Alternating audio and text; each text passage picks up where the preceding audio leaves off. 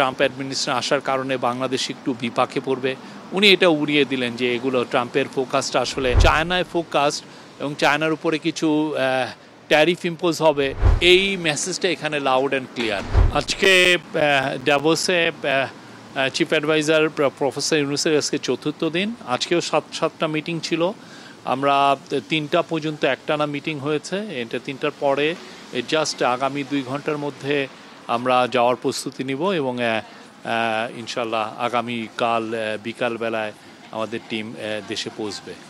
তো আজকের উল্লেখযোগ্য ঘটনা ছিল হচ্ছে WTOর যিনি ডাইরেক্টর জেনারেল, তার সাথে আজকে একটা খুব ফ্রুটফুল একটা মিটিং হয়েছে। আপনি জানেন WTO হচ্ছে যে পৃথিবীতে যে ট্রেডগুলো হয়, ট্রেডের যে ফ্যাসিলিটেশন ওরা করে এবং ট্রেড এগ্রিমেন্টগুলো অনেক ক্ষেত্রে ফ্যাসিলিটেট করে।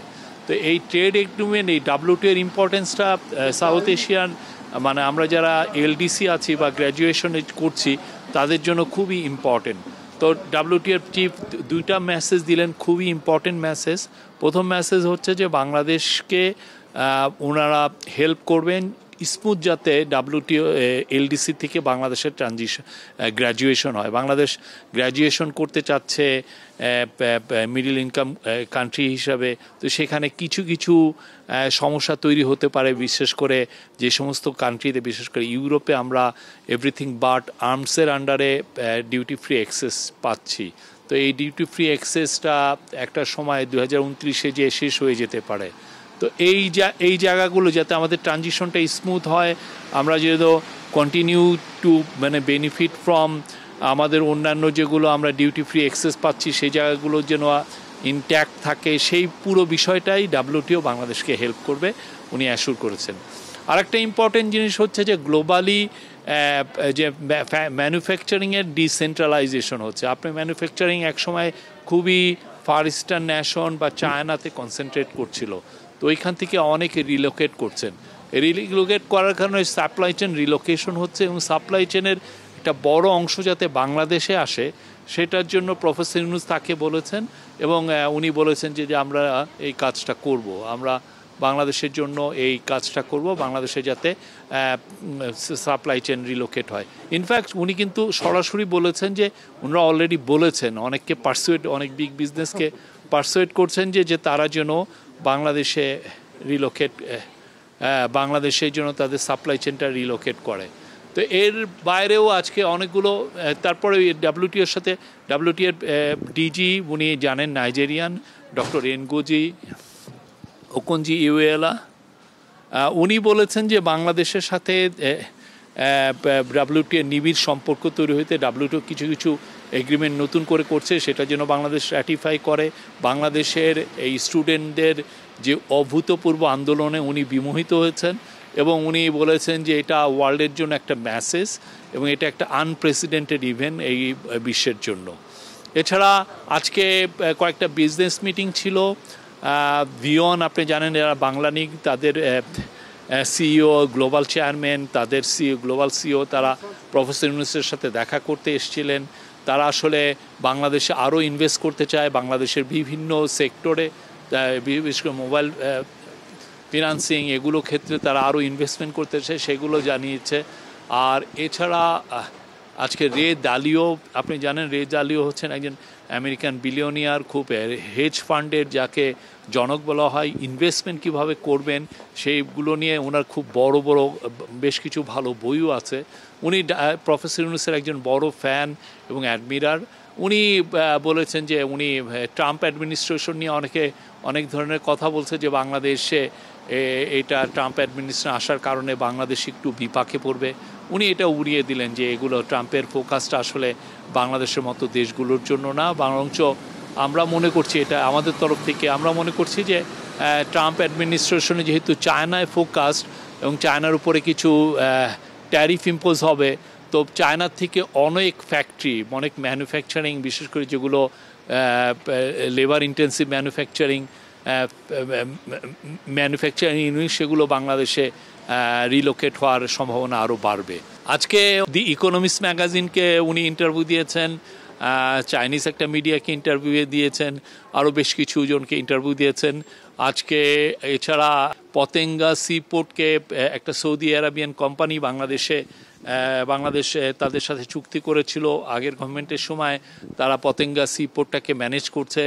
তারা বলেছে যে তারা $25 মিলিয়ন কিছুদিন আগে তারা অর্ডার করেছে পতেঙ্গা পোর্টের জন্য, যাতে হেভি মেশিনারি যেগুলো দিয়ে কন্টেনার টানা যায় সেগুলো মেশিনারি ওনারা অর্ডার করেছেন চায়না থেকে, এবং আগামী সপ্তাহে আরও $25 মিলিয়ন মেশিনারি অর্ডার করবেন, এটা প্রফেসর ইউনূসকে জানিয়েছেন। এবং তারা বলেছেন যে তারা বাংলাদেশে আরও ইনভেস্ট করতে চায়।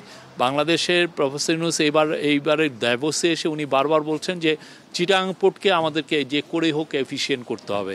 চিটাগাং পোর্টের এফিসিয়েন্সির উপরে বা পুরো বে অফ বেঙ্গল জুড়ে যে আমাদের পোর্টের যে ইনফ্রাস্ট্রাকচার যাই আছে সেটাকে আমাদের একটা ওয়ার্ল্ড ক্লাস স্ট্যান্ডার্ড করতে হবে, যাতে এইটার উপর আসলে নির্ভর করছে আমরা বাইরের থেকে কত ম্যানুফ্যাকচারিং কোম্পানিগুলো কিভাবে বাংলাদেশে আসবে কি আসবে না। তারা আসলে দেখতে চায় যে পোর্ট এফিসিয়েন্সি কত। পোর্টে যদি দেরি হয় কোনো জিনিস প্রসেস করতে, তাহলে সমস্যা যেটা হয় যে সেক্ষেত্রে বড় বড় কোম্পানি যারা অর্ডার দেয়, মানে ওয়েস্টার্ন কোম্পানি যারা আমেরিকা বা ইউরোপের, তারা আসলে তাদের পণ্যটা খুব দ্রুত বানিয়ে নিয়ে দেশে আবার তাদের দেশে নিয়ে আসতে চায়, যে বায়াররা, ব্র্যান্ডরা বা রিটেলাররা।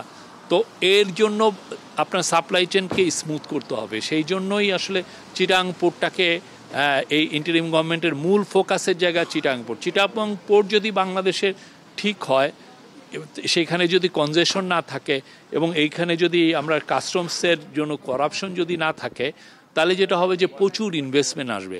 তো এই পুরো ড্যাভোসের আজকে যখন আমির আলী রেজা যার কোম্পানি এখন রেড সি গেট, যারা সৌদি কোম্পানি যারা পতেঙ্গা টার্মিনালকে অপারেট করছে, এবং কালকে দুবাই গতকাল মার্কস লাইনের ওদের রবার্ট মার্কস উলা উনি আসছিলেন, এবং আরও কালকে সুলতান আহমেদ বিন সোলাইমান উনি ডিপি ওয়ার্ল্ডের লার্জেস্ট পোর্ট কোম্পানি তারা আসছেন। তাদের কমন থিমই হচ্ছে যে তারা বাংলাদেশে ইনভেস্ট করতে চায়, এবং এই ইনভেস্টের কারণে তারা দেখছে যে ইনভেস্টমেন্ট যদি ঠিক মতো হয়, চিটাগাং পোর্টের যদি এফিসিয়েন্সি আমরা কয়েক গুণ বাড়াতে পারি, আমরা সুনিশ্চিত billions of dollars of investment বাংলাদেশে আসবে। এটা তারাও বলেছে। প্রফেসর ইউনূসও এই মেসেজটা ড্যাভোসে এসে সবাইকে দিয়েছেন যে তাদের বাংলাদেশের এটা একটা খুবই একটা ভাইটাল জায়গা, যেটা এই বাংলাদেশে ইন্টারিম গভর্নমেন্ট এই জায়গাটায় রিফর্ম করবে। সেটা নিয়ে স্পেশাল এনভয় লুৎফে সিদ্দিকী কাজ করছেন, চিটাগাং পোর্ট কর্তৃপক্ষ কাজ করছেন। পুরো ইন্টারিম গভর্নমেন্টের পুরো রিফর্ম, ইকোনমিক রিফর্মের একটা বড় অংশ জুড়ে থাকবে চিটাগাং পোর্ট। আজকে এটা নিয়ে আরও আর এই যে তিনটা বড় কোম্পানি বা বাইরের কোম্পানিগুলো যে বাংলাদেশে ইন্টারেস্ট শো করেছে, এই ইন্টারেস্ট শো করার বড় মেসেজটা হচ্ছে যে Bangladesh is now open for business.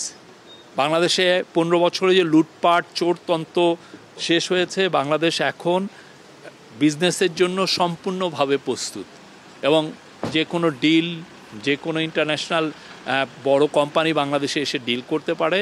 এবং আমরা আশা করছি যে ফরেন ডাইরেক্ট ইনভেস্টমেন্ট যদিও গত কয়েক মাসে কমে এসেছিল, জানেন এটা গত আওয়ামী লীগ গভর্নমেন্টেরই চলে যাওয়ার ইম্প্যাক্ট।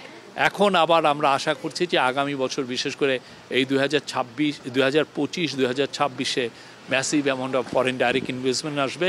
এবং গ্লোবাল প্রফেসর ইউনূসের কথা, উনি চান বাংলাদেশ একটা বড় রকমের একটা এক্সপোর্ট হাব হবে, যেখানে বাংলাদেশের সমস্ত ছেলে মেয়ে বাংলাদেশের মিলিয়নস অফ জব এটা তৈরি করবে। সে লক্ষ্যে আমরা ড্যাভোসে এসেছি, এবং ড্যাভোসে আমরা বলতে পারি যে প্রফেসর ইউনূসের মেসেজটা ড্যাভোস খুব ভালোভাবে নিয়েছে। ড্যাভোসের মেসেজটা কি? গত 4 দিনে ড্যাভোসে আমরা কি পেলাম, এটা নিয়ে কোশ্চেন উঠতে পারে। আমরা যা পেলাম অভূতপূর্ব। আমাদের বিরুদ্ধে আপনি জানেন আমাদের নেইবারিং কান্ট্রির মিডিয়া ভয়ানক রকমের একটা ক্যাম্পেইন করছে। তারা বলতে চাচ্ছে যে বাংলাদেশে এক ধরনের ইসলামিস্ট গভর্নমেন্ট আসছে। দুনিয়ার এমন কোনো মিথ্যা কথা নাই, তারা প্রতিদিন প্রচার করছে। এবং এর ফলে যেটা হয় যে তারা চাচ্ছে যে বাংলাদেশের ব্যাপারে সারা বিশ্বে যাতে নেগেটিভ নিউজে ছড়িয়ে পড়ুক। কিন্তু আমরা ড্যাভোসে এসে দেখেছি যে পুরো উল্টো। সবাই প্রফেসর ইউনূসের লিডারশিপকে প্রেস করছেন। আজকে এই যে WTOর যে ডিজি ছিলেন, তিনি বলছেন যে তিনি বাংলাদেশের যে ওনার যে ইমেজের কারণে বরঞ্চ বাংলাদেশের প্রতি পুরো ওয়ার্ল্ডের অ্যাটেনশনটা ফিরে এসছে। প্রফেসর ইউনূসের ইমেজের কারণে বাংলাদেশে স্ট্যাবিলিটি ফিরে আসে এবং এই স্ট্যাবিলিটি যে ফিরেছে এটার দেখা যাচ্ছে এটার পুরো মেসেজটা পেয়েছে গ্লোবাল যারা টপ বিজনেসম্যান, যেখানে পোর্টের যারা ইনভেস্টমেন্ট করতে আসছে, অন্যান্য বিজনেসের অনেকে এসছেন, টপ বিজনেসম্যান, রে ড্যালিও উনি আসছে কথা করতে, তারপরে economics magazine, financial Times magazine, সবার ফোকাসটা বাংলাদেশে। তারা দেখছেন বাংলাদেশ আবার গ্লোবাল ম্যাপে ফিরে আসছে এবং Bangladesh is ready for business. এই মেসেজটা এখানে লাউড অ্যান্ড ক্লিয়ার। আরেকটা হচ্ছে যে আমরা ইউরোপিয়ান দেশগুলোর কাছ থেকে অভূতপূর্ব আমরা সাপোর্ট পেয়েছি। আপনি জানেন গত মাসে ইউরোপিয়ান ইউনিয়নের 27টা অ্যাম্বাসাডার, 27টা দেশের মূলত মেজরিটি কান্ট্রিগুলোর অ্যাম্বাসাডার যারা অনেকে দিল্লিতে বেস, তারা এসেছিলেন পুরোপুরি তাদের সাপোর্টটা ইন্টারিম গভর্নমেন্টকে দিতে, জানাতে। ঠিক সিমিলারলি এখানে আসার পর আমরা ইউরোপিয়ান ইউনিয়নে মূলত যিনি ছিলেন জার্মানির চ্যান্সেলর, জার্মানির একজন খুব ইনফ্লুয়েন্সিয়াল মিনিস্টার, তারপরে হচ্ছেন সুইস মিনিস্টার এবং ইউরোপিয়ান অনেক লিডার, তারা এসে নিজের অকুণ্ঠ চিত্তে তাদের সাপোর্টটা ইন্টারিম গভর্নমেন্টকে জানিয়ে যাচ্ছেন। ইন্টারিম গভর্নমেন্ট রিফর্মের ব্যাপারে তারা সন্তোষ প্রকাশ করছেন এবং তারা মনে করছেন যে বাংলাদেশ যে ডেমোক্রেটিক ট্রানজিশনে আছে সেই ট্রানজিশনটা কমপ্লিট হবে একটা ফ্রি ফেয়ার ইলেকশনের মাধ্যমে। এবং এর ছাড়া অন্যান্য দেশের যে সাপোর্ট আমরা পেয়েছি এখানে এসে, বিশেষ করে আসিয়ান লিডাররা সবাই এসে স্যারের সাথে দেখা করেছেন। আসিয়ানে আনোয়ার ইব্রাহিম ছিলেন, সিনাওয়াত্রা যিনি থাই প্রাইম মিনিস্টার, তারপরে ভিয়েতনামের প্রাইম মিনিস্টার, তারা এসেছিলেন, তাদের সবার সাথে কথাবার্তা হয়েছে এবং আমরা অভূতপূর্ব সাড়া পাচ্ছি। এবং আমরা আশা করছি যে আমরা যেই প্রফেসর ইউনূস যে এই মুভটা নিয়েছেন যে আসিয়ানের মেম্বারশিপ বাংলাদেশের যে করেই হোক বাংলাদেশকে আসিয়ানের মেম্বার করতে হবে, তাহলে যেটা হয় যে বাংলাদেশ সাউথ ইস্ট এশিয়া এবং সাউথ এশিয়ার একটা ব্রিজিং পয়েন্ট হিসেবে এমার্জ করবে এবং এটা বাংলাদেশ তার জিওপলিটিক্যাল একটা লোকেশনের যে অ্যাডভান্টেজটা পুরোপুরি নিতে পারবে। তো সে আলোকে আমরা দেখছি যে ইনক্রিজিংলি প্রফেসর ইউনূসের এফার্টের কারণে আসিয়ান লিডারদের মধ্যেও একটা বড় রকমের ইন্টারেস্ট তৈরি হয়েছে বাংলাদেশকে নিয়ে এবং আশা করছি এটা এখন ওরা বলছে যে Bangladesh can be a sectoral dialogue partner, কিন্তু ইভেনচুয়ালি এমনও দিন আসতে পারে আসিয়ান মনে করবে যে না, বাংলাদেশকে তার মেম্বারশিপ করে নেই এবং আমরা সেই দিনের দিকে তাকিয়ে আছি। আরেকটা মেসেজ হচ্ছে যে বাংলাদেশের যে রিফর্মের দিকে যে দেশটা এগিয়ে যাচ্ছে সেটাও কিন্তু সবাই সন্তোষ প্রকাশ করেছেন। পুরো বিশ্ববাসী, আপনি ইউএন জেনারেল অ্যাসেম্বলি বলেন, বাকুতে COP29 সামিট বলেন বা D8 সামিট, পুরো বিশ্ববাসী দেখেছে যে বাংলাদেশে কি অভূতপূর্ব চেঞ্জ এসছে। সেই চেঞ্জের আলোকে আজকে এবারে ড্যাভোসটা এমন একটা জায়গা যেখানে পাবলিক সেক্টর, প্রাইভেট সেক্টরের সমস্ত লিডাররা এখানে আসেন। এখানে আসলে বোঝা যায় যে আপনাকে রিসিপশনটা কেমন দিয়েছে। তো এখানে professor Yunus got a rock star reception. যদিও উনি এখানে আগে অনেকবার এসছেন, কিন্তু তখন এখানে এসেছিলেন উনি মাইক্রো লেন্ডিং, তারপরে সোশ্যাল বিজনেস চ্যাম্পিয়ন হিসাবে, হ্যাঁ, গ্লোবাল একটা সেলিব্রিটি হিসাবে। বাট এবার এসছেন উনি গ্লোবাল একটা লিডার হিসাবে, একটা দেশের 171 মিলিয়ন পিপলের লিডার হিসাবে উনি এসছেন। তো এই যে লিডার হিসাবে ওনাকে যেই ধরনের রিসেপশন, এটা অভূতপূর্ব। ওনাকে টাইম ম্যাগাজিনের ড্যাভোস নিয়ে টাইম ম্যাগাজিনের যে লিড স্টোরি করেছে, ওইখানের টাইম ম্যাগাজিনের ফ্রন্ট কাভারে উনি ছিলেন এবং পরে ইয়েতে দেখেন গত 4 দিনে উনি প্রায় 50টার মতো মিটিং করেছেন। এবং ড্যাভোসের আপনি এক স্টেপ দেওয়ার সাথে সাথে দেখা যায় একজন লিডার এসে ওনাকে হাক করছেন। একজন এসে এমন হয়েছে যেমন ইন্ডিয়ান কেরালা বংশোদ্ভূত লুলু গ্রুপের যিনি এম.এ. ইউসুফ আলী হঠাৎ করে এসে স্যারকে জড়িয়ে ধরলেন, যে স্যারকে জড়িয়ে দিয়ে বলেন যে আমি তো আপনার খুব বড় ফ্যান।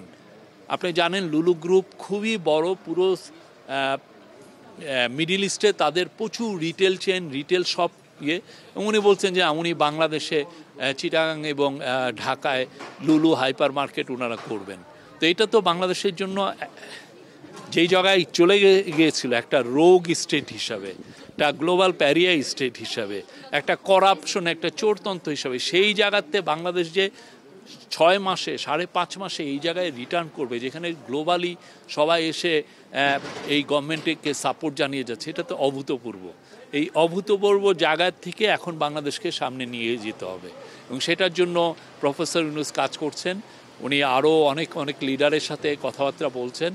আমরা আশা করছি যে এই ধরনের রেসপন্স আমরা পাচ্ছি, বাংলাদেশ তার সমহিমায় গ্লোবাল স্টেজে ফিরে আসবে।